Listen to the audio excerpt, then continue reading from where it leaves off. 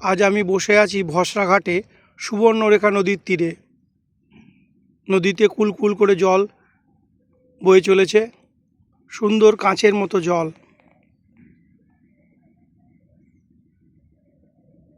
এই শীতকালেও নদীতে যথেষ্ট স্রোত আছে।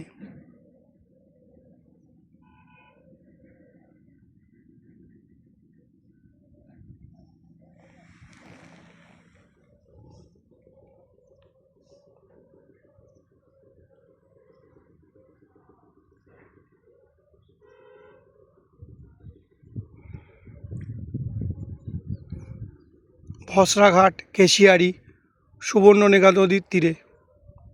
আজ 26শে জানুয়ারি আমি হঠাৎ চলে এলাম সুবর্ণরেখা নদীর তীরে ভসরাঘাটে। খুব নিরিবিলি শান্তশিষ্ট জায়গা, লোকজন সেরকম একটা নেই বললেই চলে, কিন্তু অপূর্ব সুন্দর এই প্রকৃতির দৃশ্য।